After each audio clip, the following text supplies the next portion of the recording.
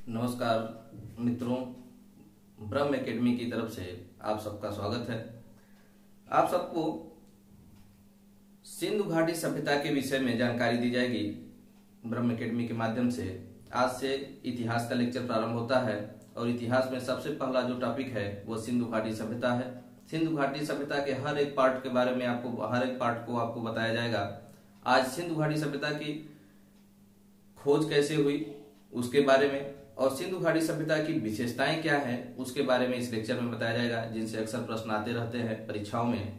तो सिंधु घाटी सभ्यता की खोज का क्या रहस्य है, कैसे सिंधु घाटी सभ्यता के बारे में हमें पता चला, इसके बारे में सबसे पहले हमें चार्ल्स मैसन ने हड़प्पा के बारे में बताया 1826 ईस्वी में कि हड़प्पा में कुछ ऐसे अवशेष मिल रहे हैं जहां से प्राचीन सभ्यता के बातें सामने आ रही हैं कि यहाँ पर कोई प्राचीन सभ्यता रही होगी, लेकिन उस समय बातों का विशेष ध्यान नहीं दिया गया।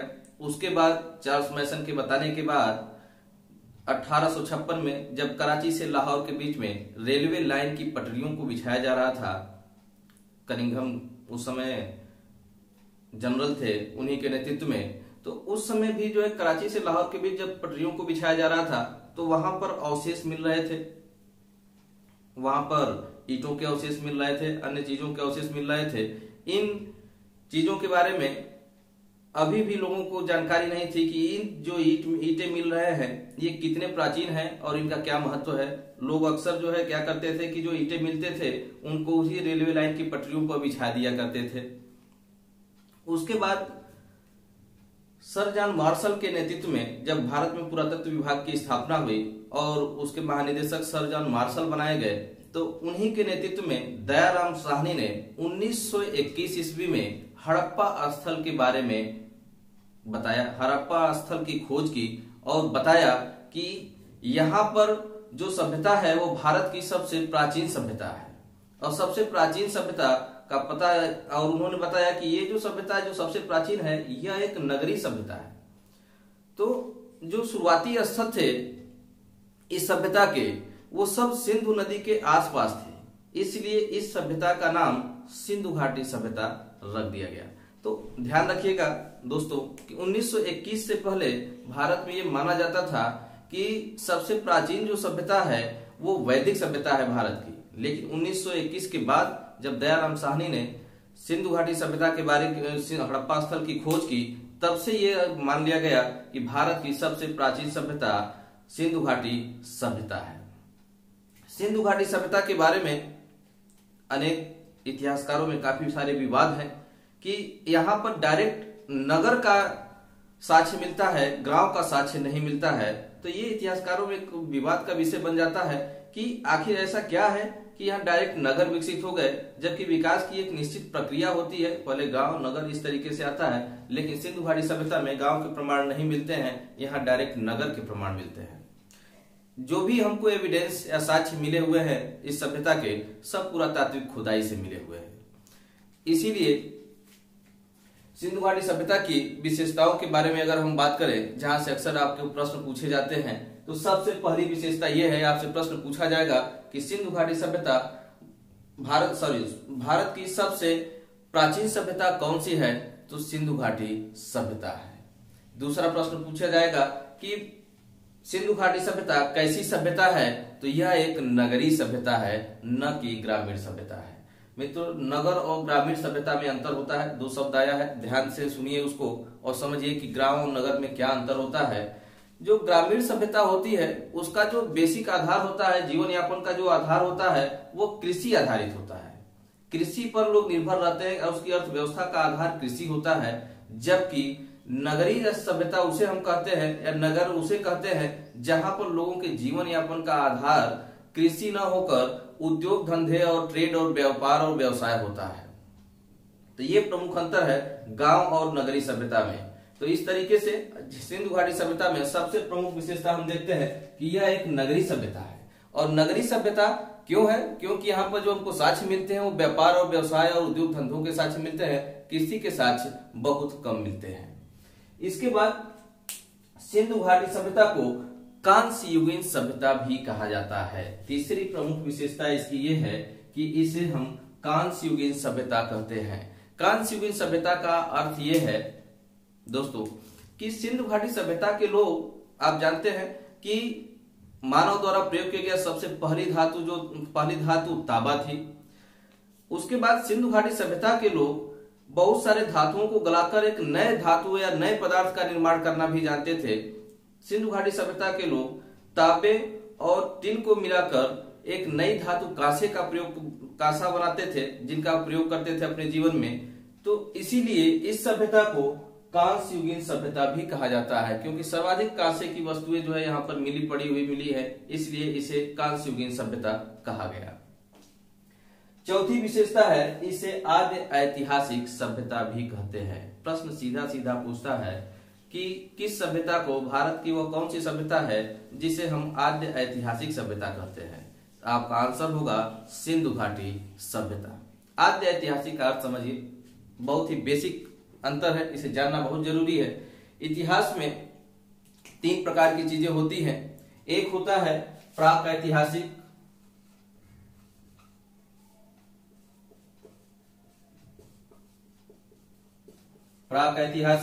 इसे ध्यान से सुनिए। दूसरा है आद्य ऐतिहासिक,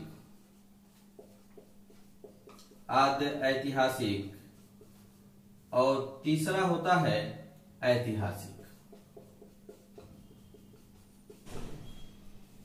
किसे हम प्राक ऐतिहासिक, अक्सर विद्यार्थियों के मन में विचार आता है, किसे हम प्राक ऐतिहासिक कहते हैं, किसे हम आद्य ऐतिहासिक कहते हैं और किसे हम ऐतिहासिक कहते हैं। तो आज आप कॉन्सेप्ट क्लियर कर लीजिए, ध्यान से सुन लीजिए कि किसे हम आद्य ऐतिहासिक कहेंगे, किसे हम प्राक ऐतिहासिक कहेंगे और किसे हम ऐतिहासिक कहेंगे। इसमें मूलभूत अंतर क्या होता है? सबसे बड़ी चीज है प्राक ऐतिहासिक। प्राक ऐतिहासिक का मतलब होता है ऐसी सभ्यता या ऐसी सभ्यता जहां पर न तो कोई लिखित प्रमाण मिले हैं, जिसका कोई लिखित प्रमाण नहीं है, ठीक है, जिसे कम्युनिकेशन का कोई भाषा या माध्यम नहीं है।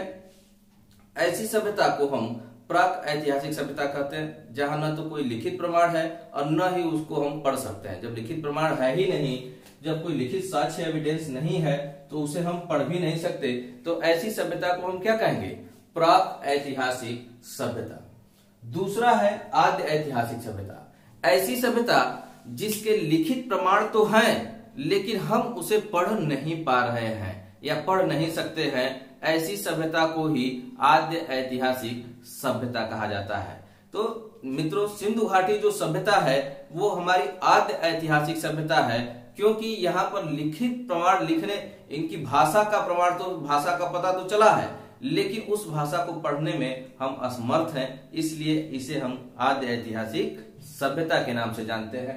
ऐतिहासिक सभ्यता का मतलब ये हुआ कि जिसका लिखित प्रमाण भी हो, जिसकी अपनी एक भाषा भी हो, ऐसी सभ्यता जिसकी अपनी एक भाषा भी हो और उस भाषा को पढ़ा भी जा सके। ऐसी सभ्यता को ऐतिहासिक सभ्यता या ऐतिहासिक के नाम से जाना जाता है। ये 3 बेसिक अंतर है तीनों में। यहाँ पर न तो जो है भाषा का ज्ञान है और न ही उसे पढ़ा जा सकता है। यहाँ पर भाषा का ज्ञान तो है, लेकिन यहाँ पर उसे पढ़ा नहीं जा सकता है, और यहाँ पर भाषा का भी ज्ञान है, लिखित प्रमाण भी है और उसे पढ़ा भी जा सकता है। तो ये प्रमुख अंतर है। इसीलिए सिंधु घाटी सभ्यता को आद्य ऐतिहासिक सभ्यता कहते हैं, क्योंकि यहाँ पर उसकी अपनी एक भाषा तो मिली है, लेकिन उसे पढ़ा नहीं जा सका है। इसके बाद यहाँ की भाषा कौन सी थी? यहाँ की सिंधु घाटी सभ्यता के लोगों की भाषा कैसी थी? तो सिंधु घाटी सभ्यता के लोगों की भाषा चित्रात्मक थी। कैसी थी? चित्रात्मक थी। सबसे महत्वपूर्ण क्वेश्चन अक्सर ये परीक्षाओं में पूछा जाता है कि सिंधु घाटी सभ्यता के लोगों की भाषा कैसी थी? तो सिंधु घाटी सभ्यता के लोगों की भाषा चित्रात्मक थी। चित्रात्मक से मतलब ये हुआ कि अक्सर वो चित्रों के माध्यम से एक दूसरे से कम्युनिकेशन करते थे, जिसे हम पढ़ नहीं पाए हैं, इसीलिए उनकी लिपि भी अज्ञात है।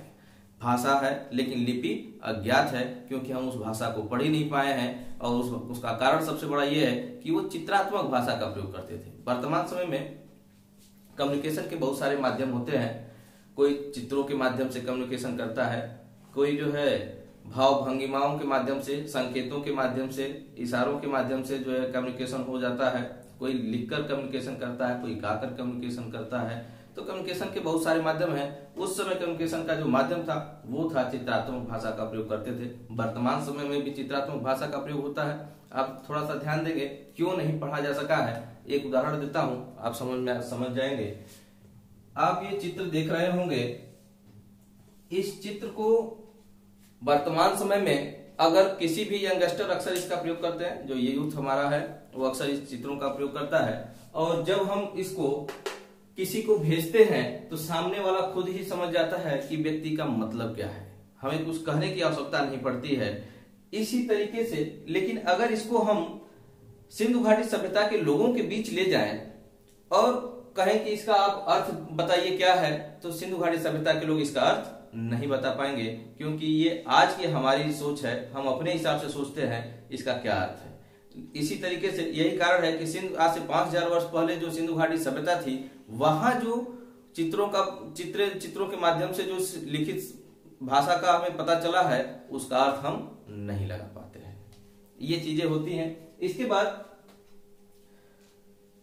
सिंधु घाटी सभ्यता की सड़कें एक दूसरे को 90 डिग्री पर काटती हैं। सबसे अच्छा प्रश्न ये आता है कि सिंधु घाटी सभ्यता की सड़कें कितने डिग्री पर एक दूसरे को काटती थी, तो सिंधु घाटी सभ्यता की सड़कें 90 डिग्री पर एक दूसरे को काटती हैं। इसका सबसे सीधा और सही प्रमाण ये है कि आप कहीं भी आप देखते हैं, किसी भी कॉलोनी में देखते हैं वर्तमान समय में कि जो भी सड़कें हैं वो कैसी हैं, एक दूसरे को 90 डिग्री पे काटती हुई मिलती हैं। और यही चीज आज से 5000 साल पहले, जिसके बारे में हम कल्पना भी नहीं कर सकते हैं कि वहां भी लोग इसी तरीके से अपने यहाँ सड़कों का निर्माण करते थे।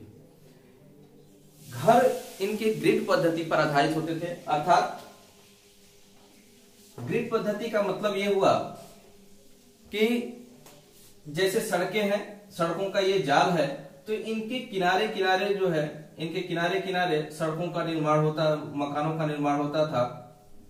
इस तरीके से मकान बनते थे। यहां पर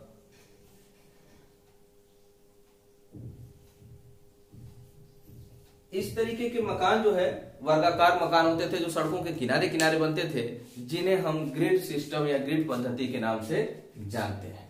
इन्हें ही हम ग्रिड पद्धति कहते हैं। आज भी वर्तमान समय में आप देखेंगे तो हमारे यहाँ भी सड़कें कैसे, हमारे यहाँ मकान कैसे बनते हैं, सड़कों के किनारे किनारे इसी तरीके से बनते हैं, जहां पे सड़कें एक दूसरे को 90 डिग्री पे काटती हैं।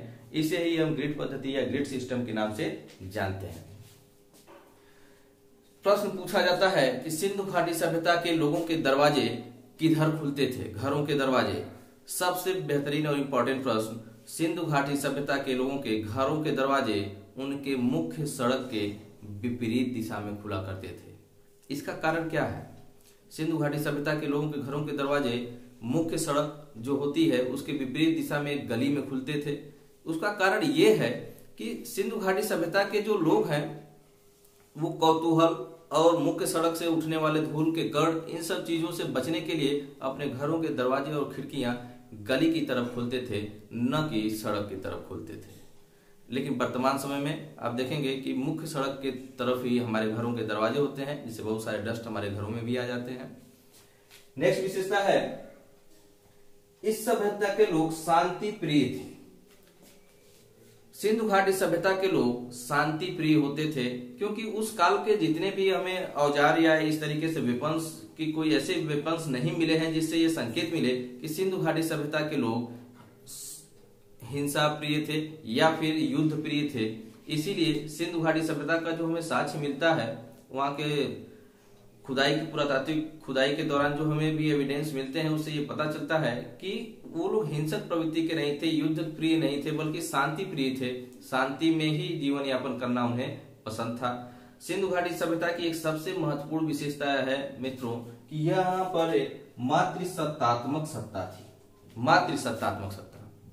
वर्तमान समय में आप सभी जानते हैं कि हमारे समाज की कौन सी सत्ता है, पितृसत्तात्मक सत्ता है। लेकिन आज से 5000 साल पहले मातृसत्तात्मक सत्ता थी सिंधु घाटी सभ्यता में। उस मातृसत्तात्मक सत्ता का मतलब कि सारे प्रमुख निर्णय वहां महिलाएं लिया करती थी। महिलाओं को यह अधिकार होता था सारे प्रमुख निर्णय लेने का। और उसका हमें साक्ष्य कैसे पता चलता है, कैसे हम कह सकते हैं कि वहां पर मातृसत्तात्मक सत्ता थी? तो उसका सबसे बड़ा कारण यह है कि वहां पर सबसे ज्यादा मातृ देवी की ही मूर्तियां पाई गई हैं खुदाई के दौरान। सिंधु घाटी सभ्यता की खुदाई के दौरान सबसे ज्यादा मातृ देवी की मूर्तियां मिली हैं। इससे यह स्पष्ट होता है कि यहाँ पर मातृसत्तात्मक सत्ता थी। वर्तमान समय में भी आप मातृसत्तात्मक सत्ता को नकार नहीं सकते, आज भी है। घरों के बाहर भले ही पुरुष अपने आप को दिखाए कि हम पुरुष प्रधान समाज है, लेकिन जैसे ही चार दीवारी के अंदर घर में प्रवेश करता है माँ पुरुष, उसकी सारी निर्णय क्षमता महिलाएं अपने पास ले लेती हैं। आप समझ सकते हैं, अपने घरों में देखते होंगे, ज्यादा इसमें डिटेल में जाने की जरूरत नहीं है। सिंधु घाटी सभ्यता के लोगों के मनोरंजन के साधन क्या थे? सिंधु घाटी सभ्यता के लोगों के मनोरंजन के साधन जुआ खेलना था। अक्सर बहुत सारे स्थलों से पासे या कौड़ियों के साक्ष्य मिले हैं, एविडेंस मिले हैं, जहां से इससे पता चलता है कि ये जुआ या पासा खेलना इनको ज्यादा पसंद था। इसीलिए जब भी प्रश्न पूछे कि सिंधु घाटी सभ्यता के लोगों के मनोरंजन का प्रमुख साधन क्या था, तो उनका सबसे प्रमुख साधन जुआ खेलना था। एक चीज और मैं आपको इंगित करूंगा, इसीलिए मैं इसको लास्ट में बताने के लिए छोड़ा था कि सिंधु घाटी सभ्यता को हड़प्पा सभ्यता क्यों कहते हैं। सिंधु घाटी सभ्यता का एक और नाम है हड़प्पा सभ्यता। सिंधु घाटी सभ्यता को हड़प्पा सभ्यता इसलिए कहा जाता है क्योंकि सिंधु घाटी सभ्यता की जो शुरुआती खुदाई जब हुई इस सभ्यता की, तो सिंधु नदी घाटी के आसपास ही सारे स्थल मिले थे। लेकिन जब इसका और विस्तार हुआ, वर्तमान समय में 2500 से भी ज्यादा स्थलों की खुदाई की जा चुकी है, तो देखा गया कि सिंधु घाटी सभ्यता केवल सिंधु नदी घाटी तक ही सीमित नहीं है, बल्कि ये दक्षिण में गोदावरी नदी तक, उत्तर में चिनाब नदी तक, आप पूर्व में हिंडन नदी तक, पश्चिम में दास नदी तक लगभग 13 लाख वर्ग किलोमीटर क्षेत्र में इसका विस्तार है। तो इस तरीके से हम कैसे इसे सिंधु घाटी सभ्यता ही कह सकते हैं। तो इस विवाद को दूर करने के लिए अक्सर विवाद उत्पन्न हो गया इस पर। कुछ लोग कहने लगे कि नहीं, इसे गोदावरी सभ्यता कहा जाए, कुछ लोग कहने लगे कि इसे चिनाब सभ्यता कहा जाए। इसी विवाद को दूर करने के लिए इतिहासकार एक जगह बैठते हैं, विचार करते हैं और ये निर्णय लेते हैं कि कोई भी प्राचीन सभ्यता आज के बाद से खोजी जाएगी तो उसका खोजा गया जो सबसे पहला स्थल होगा उसी के नाम पर उस सभ्यता का नामकरण कर दिया जाएगा। इसीलिए सिंधु घाटी सभ्यता को हम हड़प्पा सभ्यता के नाम से भी जानते हैं, क्योंकि सबसे पहला खोजा गया स्थल हड़प्पा था। इसीलिए हम उसे हड़प्पा स्थल या हड़प्पा सभ्यता के नाम से जानते हैं।